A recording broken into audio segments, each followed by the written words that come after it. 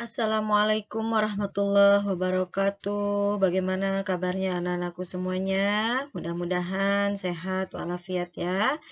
Berjumpa kembali dengan Ibu dalam pelajaran Al-Quran Hadis.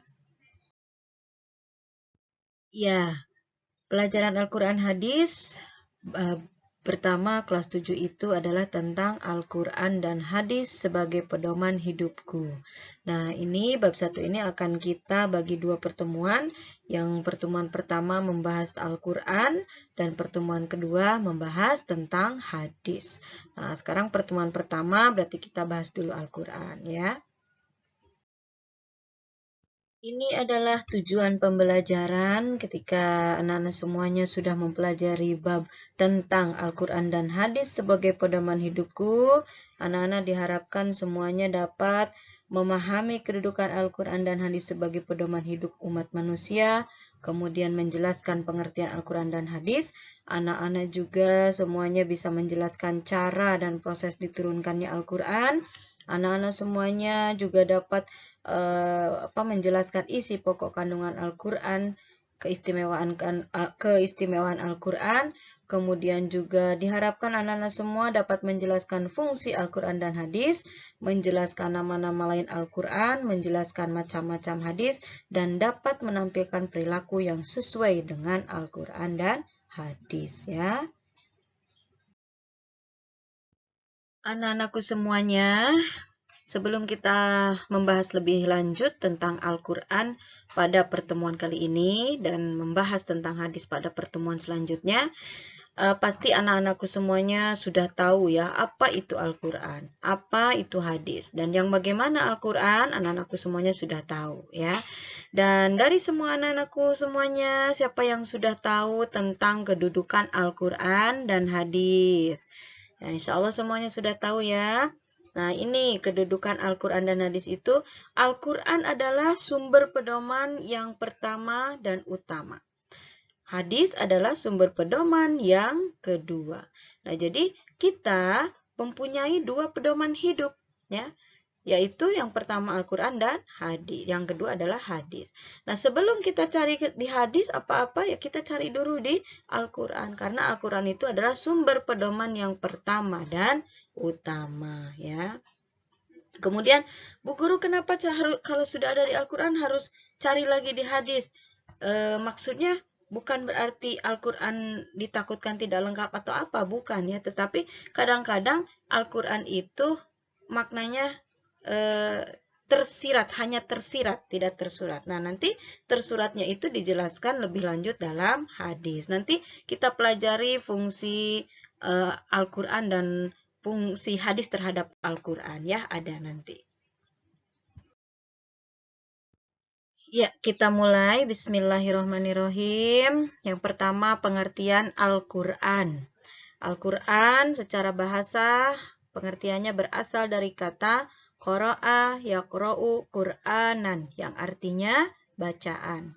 Sedangkan secara istilah, Al-Quran adalah firman Allah yang diwahyukan kepada Nabi Muhammad SAW melalui malaikat Jibril sebagai pedoman hidup umat manusia. Nah, kemudian cara diturunkannya wahyu itu ya lebih terperincinya seperti yang ada tertera di sini, yaitu yang pertama berupa ar-ru'ya as-shadiqah, yaitu melalui mimpinya Nabi Muhammad SAW. Mimpi yang benar ya, ar-ru'ya as-shadiqah itu artinya mimpi yang benar. Yang kedua, berupa sesuatu yang dibisikkan oleh malaikat Jibril terhadap jiwa dan hati Nabi tanpa beliau lihat. Yang ketiga, malaikat Jibril datang menyerupai wujud laki-laki, lantas mengajak beliau berbicara hingga beliau memahaminya dengan baik apa yang dikatakan kepada beliau. Nah, kemudian pernah juga malaikat Jibril itu datang dengan tanda bunyi gemerincing lonceng ya. Ini adalah cara yang merupakan sangat berat ya bagi beliau, bagi Nabi Muhammad ya. Karena sampai-sampai membuat beliau bersimbah peluh ya, padahal terjadi pada malam hari yang amat dingin. Demikian pula cara ini mengakibatkan unta beliau duduk bersimpuh ke bumi bila beliau sedang menungganginya. Dan pernah juga suatu kali wahyu datang dengan cara gemerincing lonceng ini pada saat Nabi Muhammad SAW itu berada pada saat pahanya Nabi Muhammad itu berada di atas paha Zaid bin Sabit, sehingga Zaid saja merasakan beban berat yang hampir saja membuatnya remuk gitu ya. Nah, kemudian malaikat Jibril juga datang pernah dalam wujud aslinya. Lalu diwahyukan kepada beliau beberapa wahyu yang dikehendaki Allah Subhanahu wa taala. Selanjutnya berupa wahyu yang diwahyukan saat beliau di atas langit pada malam Isra Mi'raj. Ini yang memerintahkan sholat 5 waktu itu ya. Lalu tentang proses turunnya wahyu. Nah, prosesnya itu waktunya maksudnya ya. Kalau tadi caranya, ini waktunya. Jadi, wahyu Al-Quran sebanyak 30 juz 114 surah itu prosesnya itu secara bertahap ya. Selama 22 tahun, 2 bulan, dan 22 hari. Nah, itu jadi sekarang yang sudah dibukukan Al-Quran itu bukan sekaligus turun dalam satu waktu. Jadi selama 22 tahun, 2 bulan, 22 hari ini wahyunya itu turun per peristiwa ya. Artinya ketika ada peristiwa Allah memberikan wahyu kepada Nabi Muhammad supaya Nabi Muhammad bisa menyelesaikan atau bisa mengatasi ya. Itu kalau dijumlahkan semuanya adalah 22 tahun, 2 bulan, 22 hari. Kemudian tentang isi juz, surah, dan ayat dalam Al-Quran. Jadi Al-Quran terdiri dari 30 juz, 114 surah, dan mengenai ayat, jumlah ayat ini banyak berbeda pendapat berdasarkan hadis ya. Tetapi hadis yang paling sahih menyebutkan jumlah ayat dalam Al-Quran itu adalah 6.236 ayat. Nah ini yang hadis yang paling sahih disebutkan 6.236 ayat ini adalah riwayatnya yang dinukilkan dari Ali bin Abi Thalib ya. Memang banyak yang berpendapat 6.666 ayat, ada juga yang berpendapat 6.217 ayat dan lain sebagainya. Itu ada dasarnya bagi mereka-mereka yang menyampaikan ya. Tapi yang paling sahih adalah 6.236 ayat. Nanti kita semua bisa menghitungnya ya dalam Al-Quran ya, dijumlahkan semua ayat dalam Al-Quran. Selanjutnya tentang wahyu yang pertama dan terakhir diturunkan. Wahyu yang pertama diturunkan adalah surah Al-Alaq ayat 1-5. Nah, ini mengingatkan saja ya, insya Allah anak-anakku semuanya sudah tahu wahyu yang pertama dan terakhir ya. Surah yang pertama atau wahyu yang pertama diturunkan adalah surah Al-Alaq ayat 1-5 ya. A'udzubillahi minasyaitonirrajim. Bismillahirrahmanirrahim. Iqra bismi rabbikal ladzi khalaq. Bacalah dengan menyebut nama Tuhanmu yang menciptakan. Khalaqal insana min 'alaq. Dia telah menciptakan manusia dari segumpal darah. Iqra wa rabbukal akram. Bacalah dan Tuhanmu lah yang maha mulia. Alladzi 'allama bil qalam, yang mengajar manusia dengan pena. 'Allamal insana ma lam ya'lam. Dia juga mengajarkan manusia apa yang tidak diketahuinya. Sedangkan wahyu yang terakhir diturunkan adalah surah Al-Maidah ayat 3. Ini tentang makanan yang diharamkan ya. Nah, menurut tarikh, wahyu yang pertama kali diturunkan itu pada tanggal 17 Ramadan 610 Masehi, yang dikenal dengan peristiwa Nuzulul Quran. Sekarang, nama-nama lain Al-Quran. Yang pertama adalah Alkitab, artinya kitab. Yang kedua Al-Furqan, pembeda. Pembeda yang hak dan batil, pembeda mana yang baik dan tidak baik, semua ada dalam Al-Quran. Kemudian Az-Zikr, yaitu peringatan. Selanjutnya Al-Huda, yaitu petunjuk. petunjuk jalan yang benar dalam Al-Quran ya. Yang kelima, an-nur, cahaya, cahaya bagi hati, cahaya bagi kehidupan ya. Yang keenam, al-bayyinah, keterangan. Yang ketujuh, asyifa, penyembuh, penawar hati ya. Penyakit fisik pun bahkan ada dalam Al-Quran disebutkan obatnya ya, macam buah zaitun ya, buah tin, itu ada juga di dalam Al-Quran ya. Selanjutnya tentang isi pokok kandungan Al-Quran. Yang pertama, tauhid, mengesahkan Allah. Yang kedua, ada fikih ya, yaitu ibadah-ibadah. Nah, fikih ini banyak ya, mulai dari toharoh, sholat, puasa, kemudian ada fikih muamalah, ada fikih munakahat, menikah ya, ada juga fikih mawaris ya. Banyak sekali pokoknya hal-hal yang menyangkut tentang ibadah-ibadah, baik ibadah mahdoh langsung dengan Allah maupun ibadah ghair mahdoh. Yang ketiga, akhlak, yaitu tentang ajaran-ajaran perilaku. Yang keempat, tentang tarikh ya, tentang menceritakan sejarah umat terdahulu. Nah, selanjutnya ada syariah, yaitu hukum-hukum dalam Islam ya. Ada hukum jinayah, ada hukum siasah, kemudian janji dan ancaman, yaitu pahala bagi orang yang berbuat kebaikan dan siksa bagi orang yang berbuat dosa. Ada juga ilmu-ilmu yang lainnya ya, yang tidak bisa disebutkan satu persatu. Insya Allah semua isi pokok kandungan Al-Quran itu sudah memuat segala segi dalam kehidupan kita ya, dari hal yang terkecil sampai hal yang terbesar ya. Tentang kiamat saja yang belum terjadi itu sudah ada dalam Al-Quran ya. Kemudian tentang keistimewaan Al-Quran dibandingkan dengan kitab lainnya ya, atau kitab-kitab sebelumnya. Yang pertama, Al-Quran terpelihara kemurnian dan keutuhannya.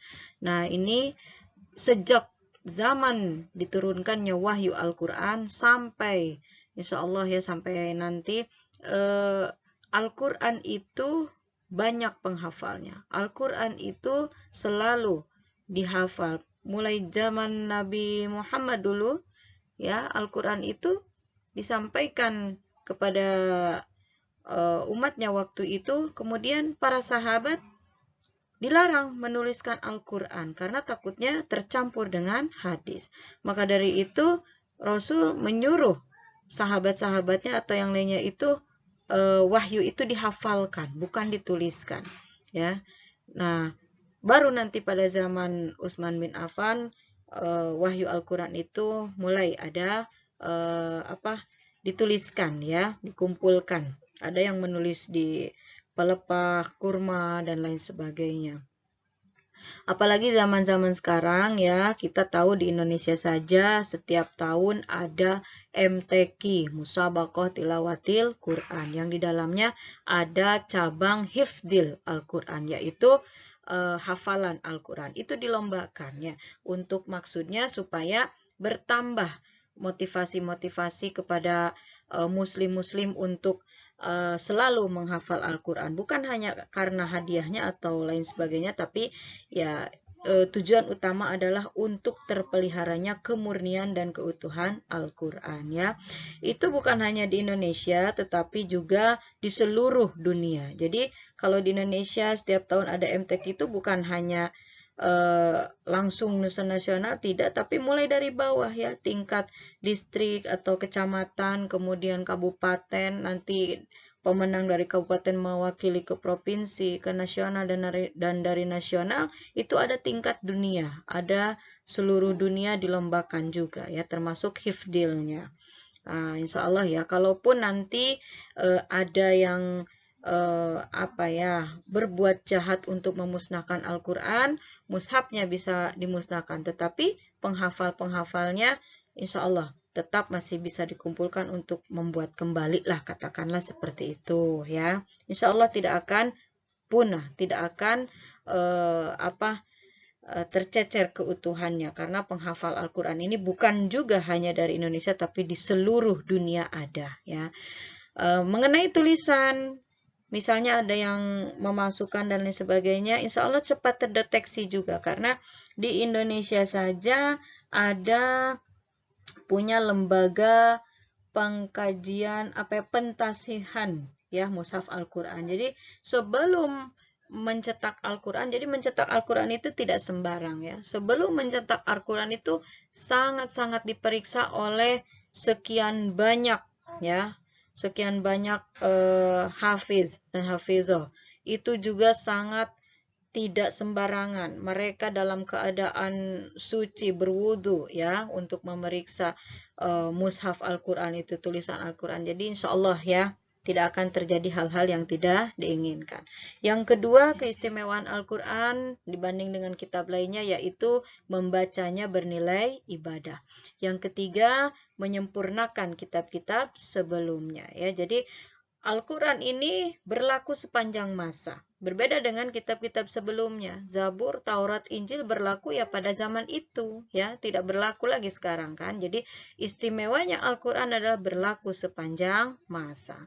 Yang keempat, keindahan bahasa dan redaksinya tidak tertandingi. Dan yang kelima, Al-Quran adalah sebagai obat penawar hati. Nah, ini sebenarnya bukan untuk penawar hati saja ya, tetapi segala sesuatu penyakit, baik penyakit jasmani maupun hati, insya Allah bisa diobati dengan Al-Quran. Bahkan ada ditemukan riset ya oleh pakar bahwa Al-Quran sendiri bisa menyembuhkan penyakit kanker. Yang ketika orang yang mengidap penyakit kanker katanya dia membaca ayat-ayat dalam Al-Quran, itu selnya itu mengecil, semakin banyak membaca Al-Quran, semakin mengecil sel tersebut sehingga ada yang sembuh ya. Itu berdasarkan penemuan riset ya. Ada juga penyakit-penyakit lainnya yang penyakit jasmani ya, yang obatnya disebutkan dalam Al-Quran, seperti tadi sebelumnya disebutkan bahwa buah zaitun, buah tin itu juga adalah salah satu obat untuk penyakit jasmani ya. Ada habbatus sauda juga ya. Kemudian untuk penawar hati atau penyakit hati sudah jelas ya. Penyakit hati itu seperti iri, dengki, itu obatnya itu tiada lain yaitu Al-Quran. Pengajaran-pengajaran Allah, tauhid dan lain sebagainya itu akan menjadi obat penawar hati. Apalagi orang yang lagi sedih, silahkan baca Al-Quran, insya Allah ya akan menjadi tenang, kesedihannya jadi hilang, muncullah perasaan yaitu tadi ya, menjadi tenang dan segala sesuatunya menjadi tawakal, diserahkan kepada Allah ya. Selanjutnya adalah fungsi diturunkannya Al-Quran ya. Yang pertama sebagai sumber hukum Islam yang pertama dan utama. Kalau ada sumber hukum Islam yang pertama berarti ada yang kedua. Keduanya apa dong? Keduanya adalah hadis ya. Nah, jadi sebelum kita mencari dari yang lain-lain, segala sesuatu itu kita cari dalam Al-Quran ya, karena Al-Quran itu adalah sumber hukum Islam yang pertama dan utama. Kemudian apalagi zaman sekarang ya, ada berseliweran di Facebook, di Google ya dan lain sebagainya. Jadi pengen instan, akhirnya kita cari di Google, cari di Facebook ya.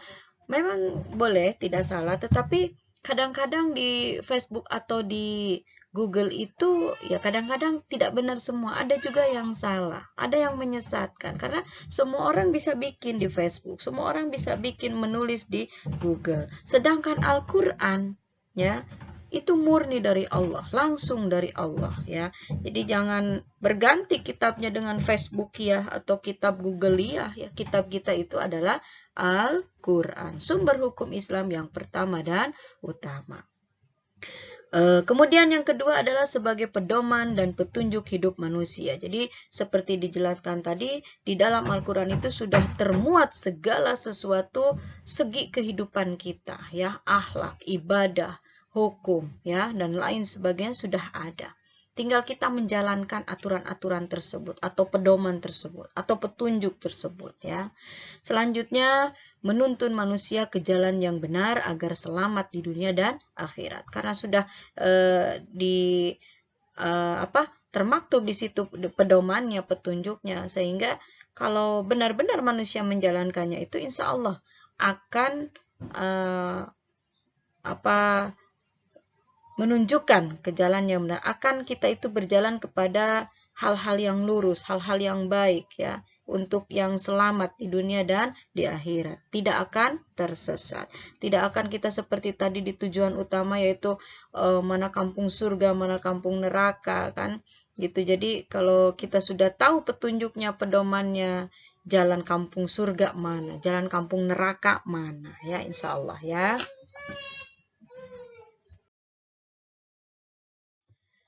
Anak-anakku semuanya, itulah tadi tentang Al-Quran yang kita kupas, ya, mulai dari pengertian sampai dengan fungsi diturunkannya Al-Quran. Mudah-mudahan apa yang tadi disampaikan menjadi dasar istiqomahnya keislaman dan keimanan kita, ya. Karena sudah kita tahu, kita lebih memperdalam lagi, ya, mudah-mudahan ya kita bisa betul-betul mengaplikasikannya dalam kehidupan sehari-hari. Nah, untuk lebih memperdalam, silakan anak-anak semuanya menjawab pertanyaan yang sudah tertera di sini, ya. Nanti pertanyaannya ditulis, jawabannya juga ditulis di buku Akidah Akhlak, kemudian difoto, nanti dikirim melalui Classroom, ya, di komentar pribadi. Oke? Ya, Ibu tutup pada pertemuan kali ini dengan kita membaca hamdalah bersama-sama. Alhamdulillahirrabbilalamin. Jangan lupa absen ya. Assalamualaikum warahmatullahi wabarakatuh. Jangan lupa juga ya, subscribe, like, and comment. Syukron wa jazakumullah.